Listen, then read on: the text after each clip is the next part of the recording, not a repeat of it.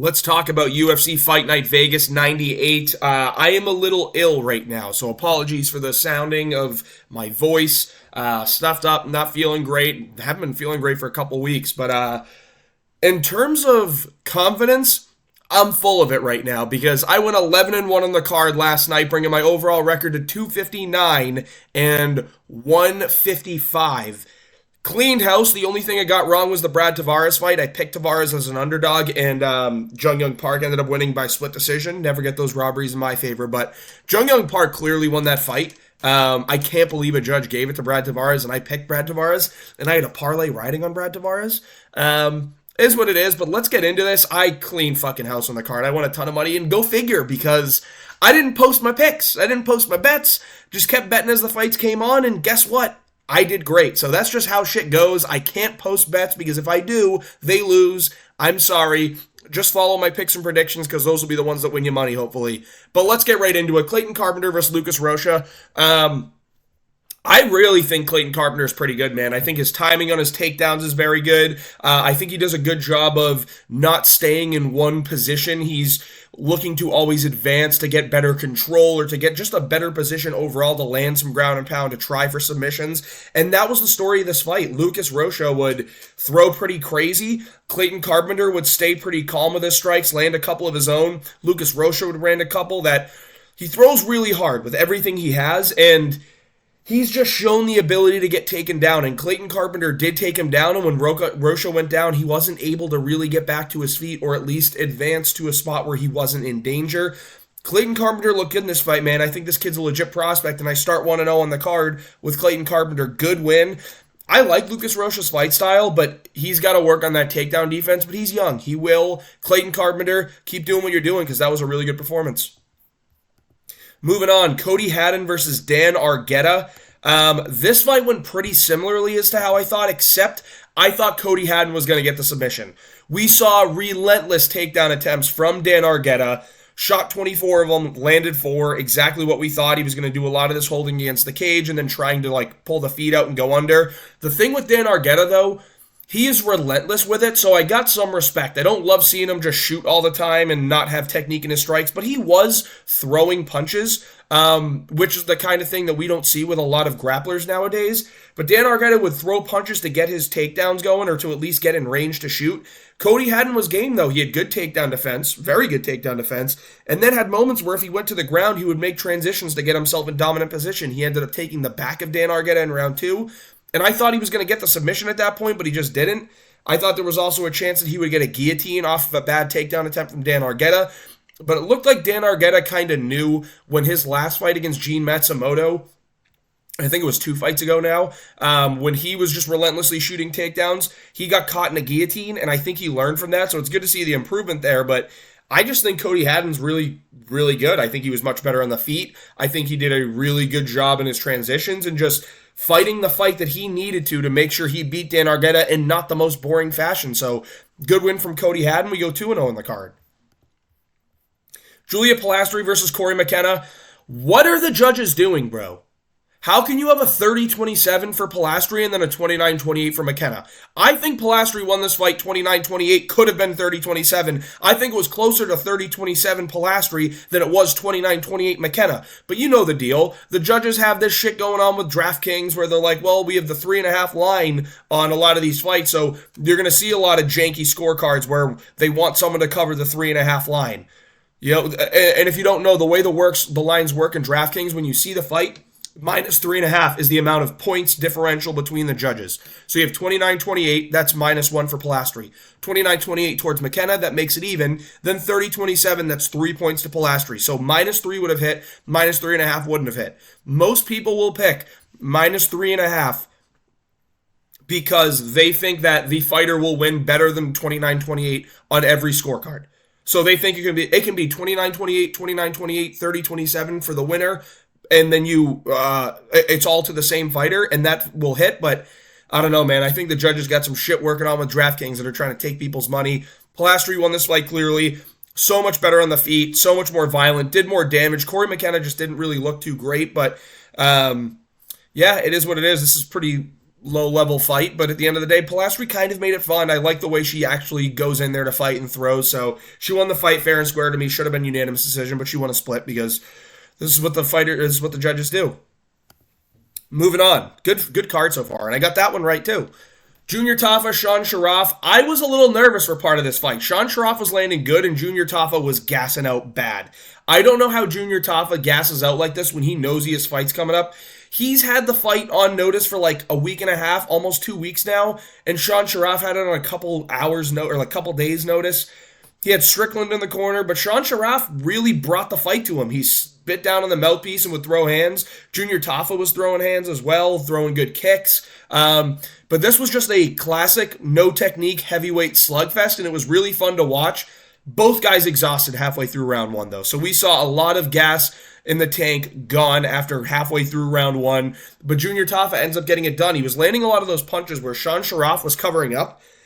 Tafa would get his momentum seeing that Sean Sharaf didn't want to keep throwing in that moment, and he would just start throwing bombs and landing them right behind the hands and behind the guard, or through the guard, of Sean Sharaf. So Junior Tafa gets the knockout win in round two. Really good performance. I got that one right as well, but this one was dicey, and I was right to call it a little dicey because it was questionable, man. Sean Sharaf kind of brought the fight, and a lot of respect. This guy's got a contract in the UFC now, and I reckon that he's going to want to be in there and slugging it out with a lot of people. So we'll see what happens with Sean Sharaf. I got hopes for him in the Apex. Themba Gorimbo, Nico Price, 30-27 Themba. This was really the story of Themba just landing more on the feet, landing better on the feet. Nico Price getting taken down and just surviving these takedowns. Both guys started tiring out, but Nico Price looked like he did somehow have the better gas tank than Themba. But yeah, Nico Price had moments where he was on the ground where he was going for submissions. I like that Nico Price never lets himself out of the fight, but Themba really did just manhandle him this whole fight. Outstruck him, landed good on the low kicks. He was 15 for 15 on low kicks, so that's a part of Themba's game that we're starting to see improve. He was good with his takedowns. He was landing a high percentage of them, and he wasn't necessarily stalling the whole time. He was advancing position, and there were moments where they were actually on the ground where he was kind of stalling, but Nico Price made it so he did have to work a lot. So good win for Themba Gorimbo. Showed his striking prowess, showed his grappling. Again, I look at this dude. I don't think he's a top 15 fighter at welterweight here, but they're going to give him favorable matchups, and he could eventually make his way. We'll see how it keeps going, but good performance from Themba Gorimbo. I'm continuing to see improvements out of him. So Themba wins this fight 30-27 pretty clearly. Yeah, I got that one right as well. Jonathan Pierce and Pat Sabatini. Excuse me. This fight went much shorter than I thought. I thought it was going to be a round two submission, but it happened exactly how I thought. There were moments where Sabatini was able to get some takedowns. Jonathan Pierce was trying to keep it on the feet, slugging it out with his hands.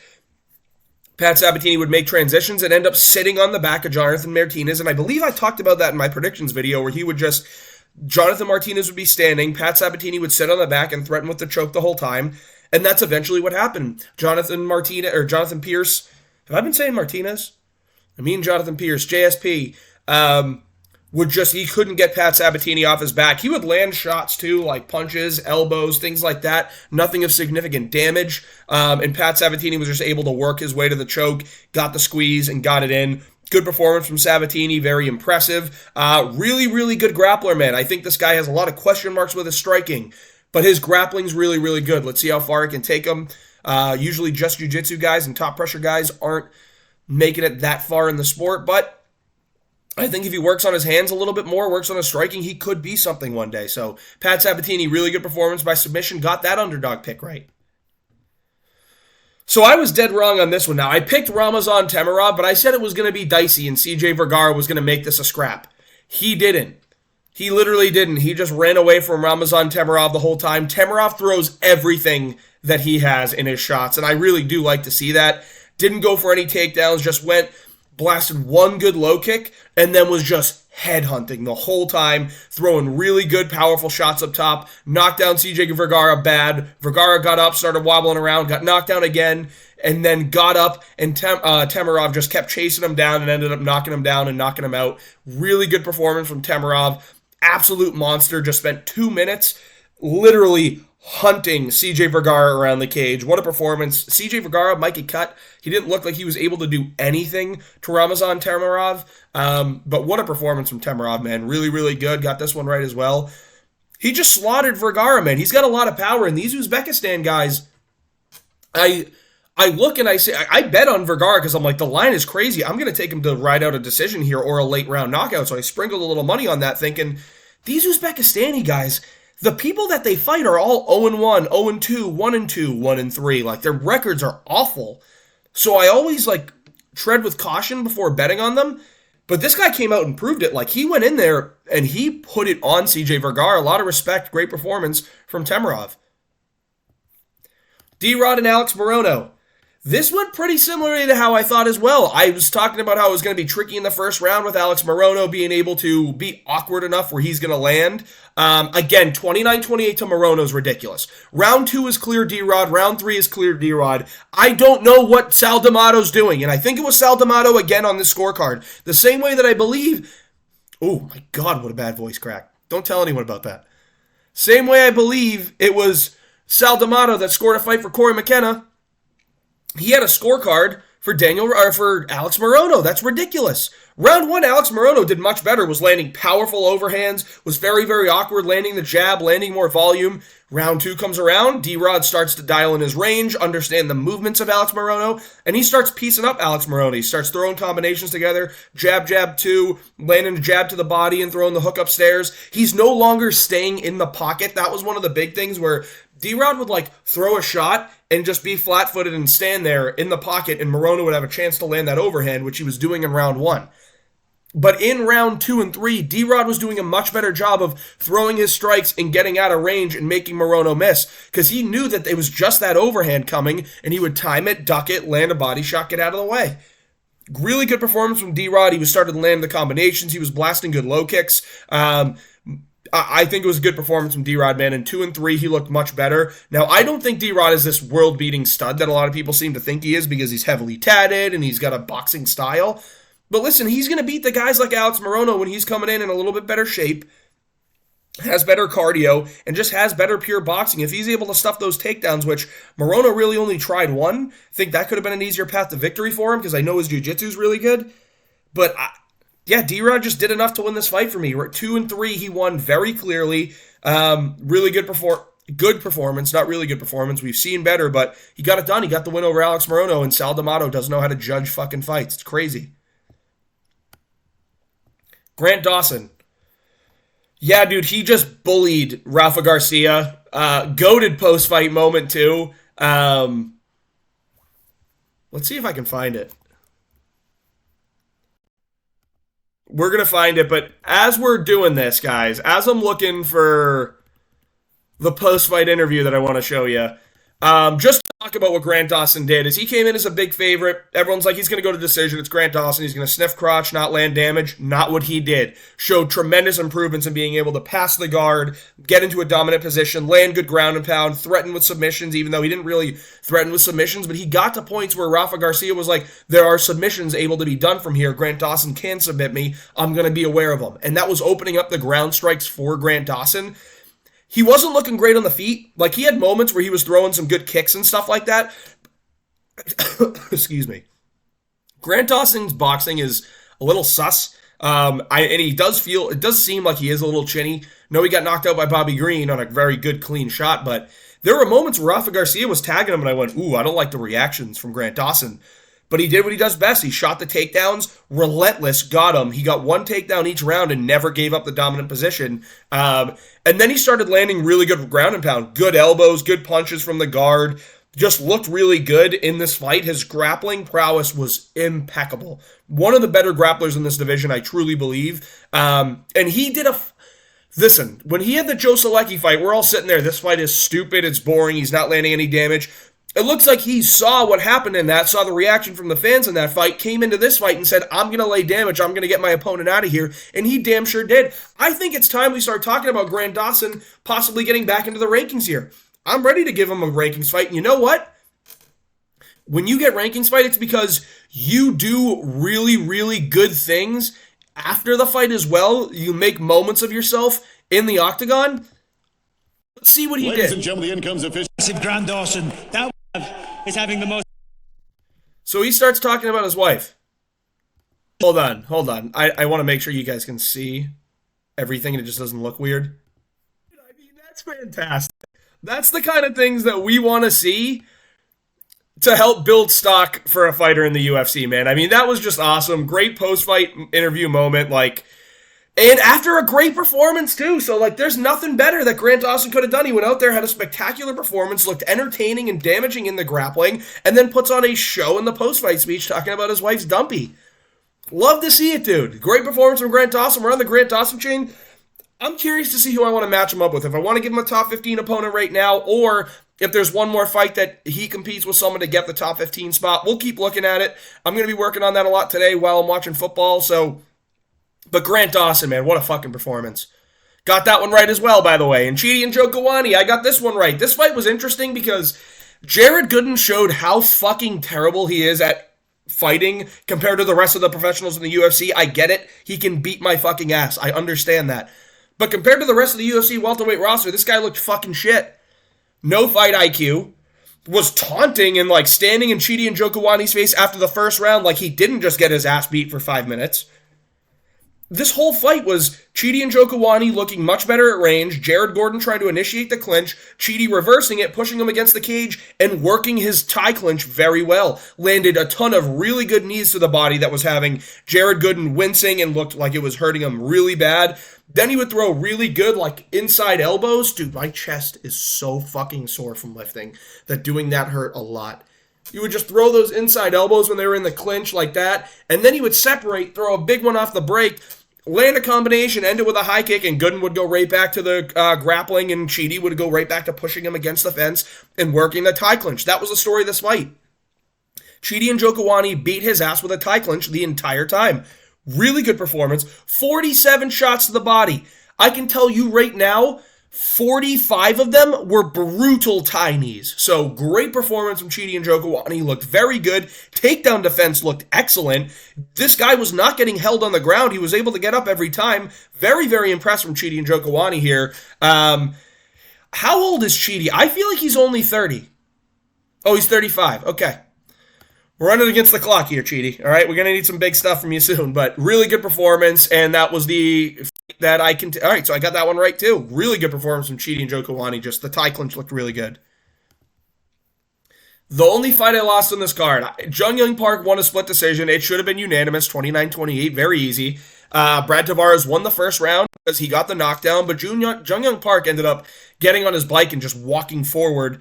Say getting on his bike, that's usually when you're walking backward jabbing someone at range, but Jung Young Park marched forward and just jabbed up Brad Tavares, landed a ton of jabs in this fight, looked really good at it. His boxing looked much better than Brad Tavares, but Brad Tavares did have the power advantage, and we saw that in round one when he landed a clean 1-2 that sent Park right down to the canvas.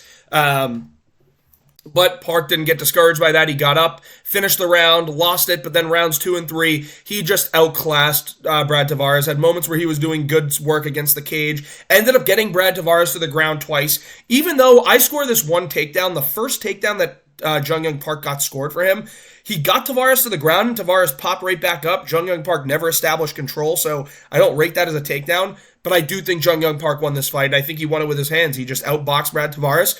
It was a pretty good scrap, though. Sal D'Amato, again, doesn't know what he's talking about when it comes to scorecards. But Brad Tavares, yeah, man, took an L. Looked a little improved, though, I will say. I think Jung Young Park was just a tricky matchup for him, honestly. He wasn't able to get the takedowns that I expect. I expected that Jung Young Park was not going to be able to ragdoll and take down Brad Tavares at will, which I was right about. But he jabbed up Brad Tavares, and I just should have considered that a little bit more going into this fight. I just thought Tavares was going to have the power and the athleticism, which, again, he did. It just didn't end up getting him the win. Good win from Jung Young Park, and now I'm fighting hiccups. Dude, I am falling apart. And it sucks because now we're going to talk about the fight of the night, one of the fights of the year. I don't know that I give this above, Ribovich and Zellhuber. I kind of think that I put this in front of Pereira and Roundtree in terms of a scrap. Pereira and Roundtree was a great scrap, don't get me wrong. This one was awesome. Round one, Brandon Royval is just outlanding Tatsuro Taira. There was a moment where Tatsuro Taira looked like he kind of hurt Brandon Royval, but Brandon Royval was hurting Tatsuro Taira back, landing better, landing more. And what won round one for me was the body kicks that he was blasting. I thought it was going to end up setting those kicks to the head up, but you can't do that against Tatsuro Taira because he'll just take you down. And we saw that in round two. Tatsuro Taira got his takedown and just held the body triangle for 5 minutes, threatening with submissions, not really landing much ground and pound, but really did a good job of position over submission and just did not let go of the body triangle. Now, we see him finish most people in this position, but Brandon Royval's scrambles are legit as fuck, dude. This guy never quits on the ground. He has insane cardio. I'm telling you, against lesser opponents, Tatsuro Taira is subbing them all. But Brandon Royval stays so active and scrambles so much that you have to hope you lead him into a trap and you just catch him off guard with a submission down there because he is making you work the entire time. He's reversing. He's going to make you switch to mount and then go back to the back. And then he's going to twist and you have to keep floating on him. And he's moving around the entire time. And Tatsuro Taira is doing a great job controlling him. But Brandon Royval made it difficult for Tatsuro Taira to lock up submissions in that because of how active he was in round two. Then we get to round three, and Brandon Royval beats Tatsuro Taira's ass. Now, that's one of the things that we didn't see. Tatsuro Taira, for as great of his career in the UFC has been thus far, we have not seen him get beat up yet. He got beat up bad in round three, almost finished, and then he had about 20 to 25 seconds at the end of the fight where he almost had a submission in. That doesn't win him round three. On none of the judges' scorecards, it didn't get him round three. The only reason it was a split because Sal D'Amato doesn't know what he's doing. He gave round one to Tatsuro Taira, which I don't agree with. I think the body shots were enough to give Brandon Royval the edge in that, the body kick specifically. He landed like 7 out of the 10 of them in that first round.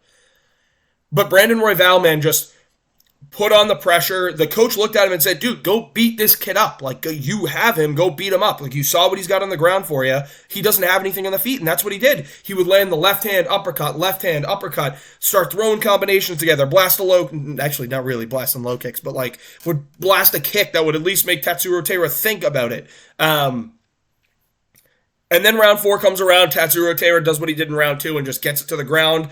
And again, just locking up the body triangle, moving with Brandon Royval, threatened with more submissions in round four than he did with round two, I believe, if I'm remembering it correctly. But it didn't end up getting it locked up. Then round five comes around and Brandon Royval runs away with the fight in round five. It's staying on the feet for most of the time. He's landing tremendous shots of his own. And then he ends up getting takedowns of his own. There were moments, and it was in the fifth round, I believe, or maybe it was in the third round. Like Brandon Royval, when he was on the ground, I think it was the third round, he had Tatsuro Taira hurt, working for a finish, and I wanted them to stand up and him beat their ass, but then he goes on the ground into the guard, and he starts playing the jiu-jitsu game. And he almost got the submission twice. He almost got a armbar. He wasn't really close to a triangle, but he almost got a rear naked choke. Like, that was very, very close, and I think that might have been round five. But round three, he almost got an armbar. Like, Brandon Royval was going for it the whole fight. To me, this is worthy of a title shot if Kai Asakura wins. If it's Pantoja, maybe we make sure that Royval and Kai Kara France fight for the number one contendership in the meantime, but honestly, I'm okay with giving Royval the title shot now, because he went in there, had a close fight with Pantoja, outlasted Pantoja. Pantoja just won because he laid on him the whole time, and Tatsuro Taira was more effective with the grappling than Alessandro Pantoja was, not in terms of like winning rounds, but in terms of what he was able to do with the grappling. Tatsuro Taira did much better than Alessandro Pantoja did. Pantoja just held Royval down there, goes to a close decision with the champion. Then goes and beats Brandon Moreno in enemy territory at crazy elevation in Mexico City. Then he goes and he beats undefeated Tatsuro Taira in a Fight of the Year candidate. To me, I'm ready to give Brandon Royval another shot at his title, man. I think he kind of deserves it. Let me know what you guys think. Let me know what you think of the overall card. Again, I went 11-1, so I kind of fucking cooked on this thing. But hope you guys enjoyed the video. Sorry I'm a little bit under the weather. We will have matchmaking come out tomorrow. But feel free to leave me a comment if you got any ideas. Please like and subscribe.